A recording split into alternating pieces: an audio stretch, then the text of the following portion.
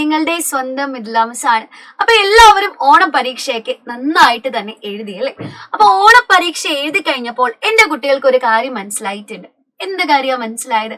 അതായത് പാഠപുസ്തകം അങ്ങനെ തന്നെ പഠിച്ചു വെച്ചിട്ട് അല്ലെ, പാഠപുസ്തകം അങ്ങനെ തന്നെ പഠിച്ച് ക്വസ്റ്റ്യൻസ് ഒന്നും പ്രാക്ടീസ് ചെയ്യാതെ നേരെ പരീക്ഷയ്ക്ക് പോയി കഴിഞ്ഞാൽ നമ്മൾ വിചാരിക്കുന്ന പോലെ നമുക്ക് ഓണപരീക്ഷയ്ക്ക് മാർക്ക് മേടിക്കാൻ സാധിക്കില്ല എന്നുള്ള കാര്യം എന്റെ കുട്ടികൾക്ക് മനസ്സിലായിട്ടുണ്ട്.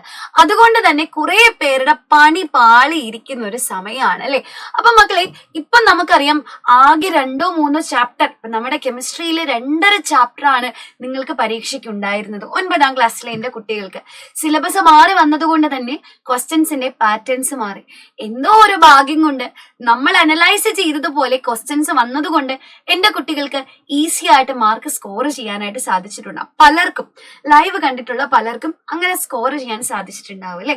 പക്ഷെ നിങ്ങളൊരു കാര്യം ആലോചിച്ച്, ഓണപരീക്ഷയ്ക്ക് വെറും 2.5 ചാപ്റ്റർ മാത്രമാണ് നിങ്ങൾക്ക് പരീക്ഷയ്ക്ക് ഉണ്ടായിരുന്നത്. ഇനി 2 മാസം കൃത്യം കഴിഞ്ഞു കഴിഞ്ഞാൽ നിങ്ങളുടെ ക്രിസ്മസ് പരീക്ഷ അടുത്തത്. ഈ ക്രിസ്മസ് പരീക്ഷ എത്തിക്കഴിഞ്ഞാൽ 2 ചാപ്റ്റർ ആണോ പഠിക്കാനുള്ളത്? അല്ല, കെമിസ്ട്രിയിൽ തന്നെ നിങ്ങളുടെ സിലബസ് മാറി വന്നിട്ടുണ്ട്. ഇനി അതിലുള്ള 3ാമത്തെ ചാപ്റ്റർ ആയിട്ടുള്ള കെമിക്കൽ ബോണ്ടിങ്, 4ാമത്തെ ചാപ്റ്റർ ആയിട്ടുള്ള redox reactions, acid base and salt തുടങ്ങി നോൺ മെറ്റൽസ് വരെ ക്രിസ്മസ് പരീക്ഷയ്ക്ക് ഉണ്ടാവും. അതേപോലെ ഓരോ സബ്ജക്റ്റുകളും അല്ലെ, എത്രത്തോളം കാര്യങ്ങളാണ് നിങ്ങൾക്ക് പഠിക്കാനുള്ളത് എന്ന് എന്റെ കുട്ടികൾ ആലോചിച്ച് നോക്കിക്കേ. അപ്പൊ എന്റെ കുട്ടികള്, നിങ്ങൾ ഈ ഒരു ഓണപരീക്ഷ എഴുതിയപ്പോൾ നിങ്ങൾക്കുണ്ടായിട്ടുള്ള ഓരോ കുറവുകളും ഓരോ നേട്ടങ്ങളും, അഫ്കോഴ്സ് കുറവുകളുണ്ട്, അതേപോലെ തന്നെ ഓരോ നേട്ടങ്ങളും ഉണ്ടാവും. ഇതൊന്ന് നിങ്ങളെ നോട്ട് ചെയ്യണം. ഓണപരീക്ഷ എഴുതിയപ്പോ എന്റെ കുട്ടികൾ കെമിസ്ട്രി പരീക്ഷയിൽ എന്തെല്ലാം ബുദ്ധിമുട്ടുകൾ ഫേസ് ചെയ്തു, ഇനി അതല്ല എന്തെല്ലാം ഗുണങ്ങൾ നിങ്ങൾക്ക് ഓണപരീക്ഷയിൽ കെമിസ്ട്രി പരീക്ഷയ്ക്ക് നേടാൻ സാധിച്ചു എന്നുള്ള കാര്യങ്ങൾ ഒരു നോട്ട്ബുക്കിന്റെ ഒരു പേജിൽ ഒന്ന് കുറിച്ച് വെക്കുക.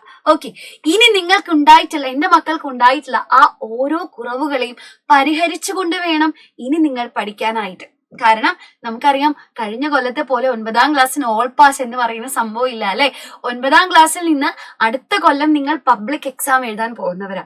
ആ 10ാം ക്ലാസ്സിലേക്ക് കയറണമെങ്കിൽ ഇവിടെ 9ാം ക്ലാസ്സിൽ നല്ല മാർക്ക് വേണം. എന്നാൽ മാത്രമേ 10ാം ക്ലാസ്സിലേക്ക് കയറാൻ സാധിക്കുകയുള്ളൂ. അപ്പൊ ഏറ്റവും കൂടുതൽ ടഫായിട്ടുള്ള ഇയർ എന്ന് പറയുന്നത് 9ാം ക്ലാസ് തന്നെയാണ്, ഏത് സബ്ജക്ട് എടുത്താലും. പക്ഷെ എന്റെ കുട്ടികൾക്ക് അത് പ്രോപ്പറായിട്ട് ടാക്കിൾ ചെയ്യണമെങ്കിൽ ക്രിസ്മസ് പരീക്ഷയ്ക്കും വരുന്ന പബ്ലിക് എക്സാമിനും ഈസി ആയിട്ട് അത് ക്രാക്ക് ചെയ്യണം എന്നുണ്ടെങ്കിൽ അടിപൊളിയായിട്ട് പ്രോപ്പർ ആയിട്ടുള്ള ഒരു ഗൈഡൻസും അതനുസരിച്ചുള്ള ഒരു പ്ലാനും ആവശ്യമാണ്. അപ്പൊ എന്റെ മക്കളെ ചെയ്യേണ്ട കാര്യം എന്ന് പറയുന്നത്, ഇനി അങ്ങോട്ടേക്ക് ഈ ഉണ്ടായ കുറവുകളിൽ നിന്നും നിങ്ങൾ പഠിക്കുക. നമുക്കുണ്ടാവുന്ന ഓരോ മിസ്റ്റേക്കുകളും നമുക്കുള്ള ഓരോ ലെസൺ ആണ് അല്ലെ. അപ്പൊ ഇതുവരെ ഉണ്ടായിട്ടുള്ള ഓരോ കുറവുകളിൽ നിന്നും എന്റെ കുട്ടികൾ പഠിക്കുക. ആ കുറവുകളിൽ നിന്ന് പഠിച്ച എന്റെ മക്കൾ എല്ലാവരും മുന്നോട്ടേക്ക് വരിക. നിങ്ങൾ ഒറ്റയ്ക്കല്ല. എന്നും മിസ് പറയാറുണ്ട്, കൂടെയുണ്ട് എന്നുള്ളത്. കൂടെയുണ്ട് എന്ന് പറയുന്നത് വെറുതെ അല്ല, കൂടെ തന്നെയുണ്ട്. അപ്പോ ഇതുവരെയുള്ള എല്ലാ പ്രശ്നങ്ങളെയും പരിഹരിച്ച് ഇനി വരുന്ന ഓരോ പരീക്ഷയ്ക്കും കെമിസ്ട്രി പരീക്ഷയിൽ നിങ്ങളെ ഫുൾ മാർക്കിലേക്ക് എത്തിക്കുമെന്നുള്ളത് മിസ്സിന്റെ വാക്കാണ്. ആ വാക്കിലേക്ക് എത്തിക്കാൻ മിസ്സിനെ കൊണ്ടാവുന്ന രീതിയിലൊക്കെ ഞാൻ പരിശ്രമിക്കും. എന്റെ കുട്ടികൾ എന്താ ചെയ്യേണ്ടത്? നമ്മുടെ സൈലത്തിന്റെ ക്ലാസ്സുകൾ പ്രോപ്പറായിട്ട് കാണുക. ഇതുവരെ പ്രോപ്പറായി കണ്ടവർക്കൊക്കെ അതുകൊണ്ട് ഗുണം മാത്രമേ കിട്ടിയിട്ടുള്ളൂ അല്ലെ. അപ്പൊ ഇനിയും എന്റെ കുട്ടികൾ പ്രോപ്പറായിട്ട് ക്ലാസ്സുകൾ കാണുക. ഞങ്ങൾ കൂടെ തന്നെയുണ്ട്. All the best.